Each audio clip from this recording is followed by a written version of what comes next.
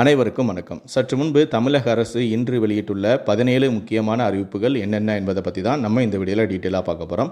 So முடிந்த அளவுக்கு இந்த வீடியோவை ஸ்கிப் பண்ணாமல் முழுமையாக பாருங்கள். இந்த வீடியோக்குள்ளே போகிறதுக்கு முன்னாடி இந்த வீடியோக்கு ஒரு லைக் பட்டனை ப்ரெஸ் பண்ணிடுங்க. நீங்கள் இது வரைக்கும் என்னோட சேனலை சப்ஸ்கிரைப் பண்ணாமல் இருந்தீங்கன்னா மறக்காமல் சப்ஸ்கிரைப் பண்ணிக்கோங்க. கூடவே அந்த பெல் சிம்லையும் மறக்காமல் கிளிக் பண்ணிக்கோங்க. சரி, வாங்க இப்போ நாம் வீடியோக்குள்ளே போகலாம். முதல் அறிவிப்பு. குரூப் 2 2A பதவிக்கான சான்றிதழ் சரிபார்ப்பு கலந்தாய்வு இன்று தொடக்கம். சென்னை பிராட்வேயில் உள்ள TNPSC அலுவலகத்தில் சான்றிதழ் சரிபார்ப்பு மற்றும் கலந்தாய்வு நடக்கிறது. வரும் 1ஆம் தேதி வரை இந்த சான்றிதழ் சரிபார்ப்பு கலந்தாய்வு நடைபெறுகிறது. குறிப்பிட்ட நாள் நேரத்தில் கலந்து கொள்ள தவறினால் மறு வாய்ப்பு அளிக்கப்படாது என்று TNPSC அறிவித்துள்ளது. இரண்டாவது அறிவிப்பு. தமிழகம் முழுவதும் அரசு மற்றும் அரசு உதவி பெறும் பள்ளிகளில் மாணவர்களுக்கான கலை திருவிழா போட்டிகள் ஆகஸ்ட் 4 முதல் நவம்பர் 28ஆம் தேதி வரை நடைபெற உள்ளது என பள்ளிக் கல்வித்துறை தெரிவித்துள்ளது.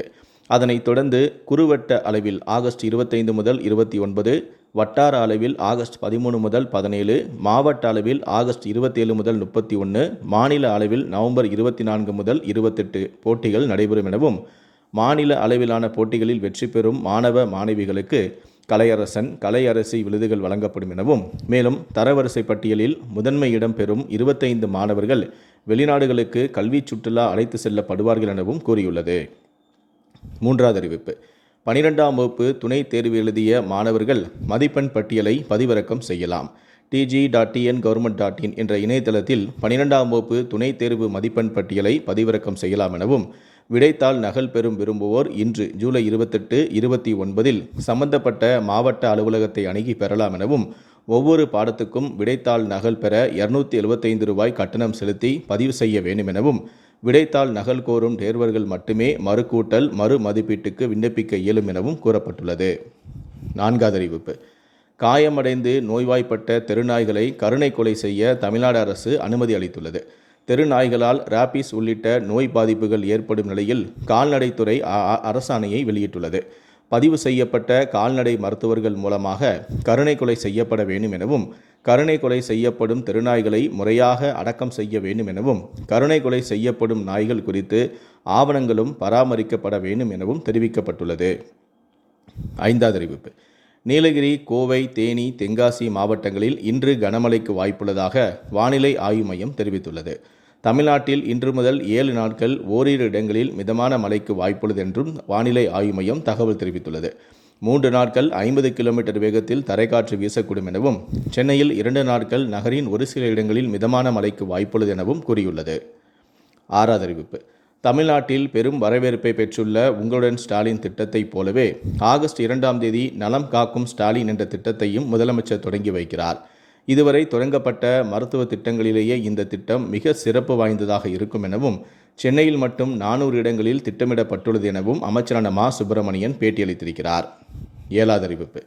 சென்னையில் சொந்தமாக வலையொலி யூடியூப் சேனலை உருவாக்குதல் என்ற தலைப்பில் 3 நாள் பயிற்சி முகாம் தமிழக அரசு சார்பில் நடைபெற உள்ளது.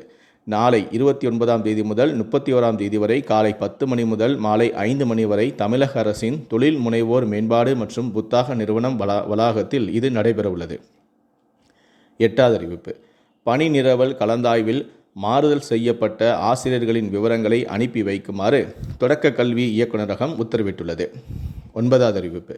செப்டம்பர் 8 முதல் சென்னை, எழும்பூர், மும்பை ரயிலில் 2 வகுப்பு பெட்டிகள் 2 இணைத்து இயக்கப்பட உள்ளது எனவும், மூன்றாவது ஏசி பெட்டி ஒரு படுக்கை வசதி கொண்ட பெட்டிக்கு மாற்றாக 2 பொது பெட்டிகள் இணைத்து இயக்கப்படும் எனவும், செப்டம்பர் 5 முதல் சென்னை, மும்பை ரயிலில் 2ஆம் வகுப்பு பொது பெட்டிகள் 2 இணைத்து இயக்கப்பட உள்ளது எனவும், செப்டம்பர் 6 முதல் சென்னை, எழும்பூர், சேலம் ரயிலில் 2ஆம் வகுப்பு பொது பெட்டி இணைத்து இயக்கப்பட உள்ளது எனவும் கூறப்பட்டுள்ளது. 10வது அறிவிப்பு. சட்ட விதிகளை பின்பற்றியே கோயில் நிலத்தில் கோயில் நிதியில் கட்டுமானங்கள் என்று அறநிலைத்துறை தெரிவித்துள்ளது. இந்து சமய அறநிலைத்துறை அதிகாரிகள் சென்னை உயர்நீதிமன்றத்தில் விளக்கம் அளித்தும் இருக்கிறார்கள். கோயில் நிலங்களில் கட்டுமானம் மேற்கொள்ள கோயிலின் உபரி நிதியை பயன்படுத்தக்கூடாது என்று சட்டத்தில் இல்லை என்றும் அறநிலைத்துறை தெரிவித்துள்ளது. 11வது அறிவிப்பு. தமிழகத்தில் கோவில், மசூதி, தேவாலயம் என பொது வழிபாட்டு தலங்கள் அனைத்துக்குமே ஒரே மாதிரியான மின் கட்டணமே நிர்ணயம் என தமிழ்நாடு அரசு தெரிவித்துள்ளது. கடந்த 2024ஆம் ஆண்டு கட்டண விதியின்படி கோவில், மசூதி, தேவாலயம் உள்ளிட்ட பொது வழிபாட்டு தலங்களுக்கு ஒரு யூனிட்டுக்கு ரூ. 6.20 நிர்ணயம் செய்யப்பட்டுள்ளது. இதில் முதல் 120 யூனிட்டுக்கு அரசு மானியமாக ஒரு யூனிட்டுக்கு ரூ. 3.13 அளிக்கிறது. எனவே வதந்தியை பரப்ப வேண்டாம் எனவும் தெரிவிக்கப்பட்டுள்ளது. 12வது அறிவிப்பு. அரசு பள்ளி மாணவர்களுக்கு தற்காப்பு கலை பயிற்சி வழங்குவதற்காக 15,48,00,000 பள்ளி கல்வித்துறை ஒதுக்கீடு செய்துள்ளது. அரசு பள்ளி மாணவிகளுக்கு கராத்தே, ஜூடோ, சிலம்பம் உட்பட பல்வேறு பயிற்சிகளும் வழங்கப்பட வேண்டும். மாணவிகளுக்கு கையில் எளிதில் கிடைக்கக்கூடிய பென்சில், பேனா ஆகிய பொருட்களை கொண்டு தற்காத்து கொள்வது தொடர்பாக பயிற்சியிலும் கற்றுத்தர வேண்டும் எனவும் பள்ளி கல்வித்துறை உத்தரவிட்டுள்ளது. நடப்பு கல்வியாண்டுக்கான தற்காப்பு பயிற்சிக்காக 6,045 நடுநிலை பள்ளிகளுக்கு 7,25,00,000 5,804 உயர்நிலை மேல்நிலை பள்ளிகளுக்கு 8,23,00,000 ஒதுக்கீடு செய்யப்பட்டுள்ளது. 13வது அறிவிப்பு. MBBS, PDS மருத்துவ படிப்புக்கான தரவரிசை பட்டியல் வெளியிடப்பட்டுள்ளது. மருத்துவ படிப்புக்கான அரசு ஒதுக்கீடு இடங்களுக்கான தரவரிசை பட்டியலை அமைச்சரான மா. சுப்பிரமணியன் வெளியிட்டார்.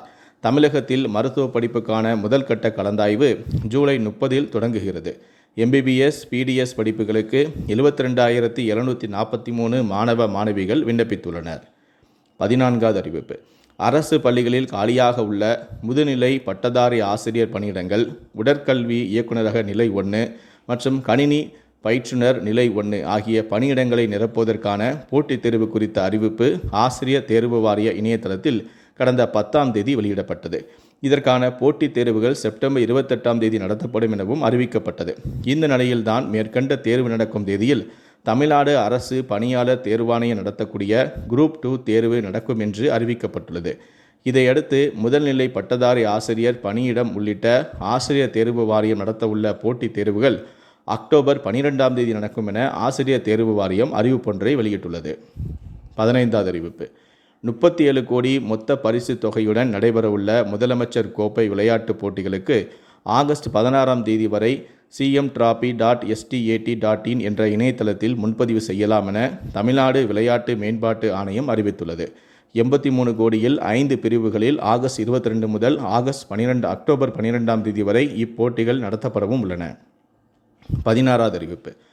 தூத்துக்குடி மாவட்டத்திற்கு ஆகஸ்ட் 5 உள்ளூர் விடுமுறை அறிவித்து மாவட்ட ஆட்சியரான இளம் பகவத் உத்தரவிட்டிருக்கிறார். தூத்துக்குடி பனைமய மாதா ஆலய பெருவிழாவை ஒட்டி ஆகஸ்ட் 5ஆம் தேதி உள்ளூர் விடுமுறை அறிவிக்கப்பட்டுள்ளது. உள்ளூர் விடுமுறையை ஈடு செய்யும் வகையில் ஆகஸ்ட் 9ஆம் தேதி பணி நாளாக செயல்படும் எனவும் ஆட்சியர் அறிவித்திருக்கிறார்.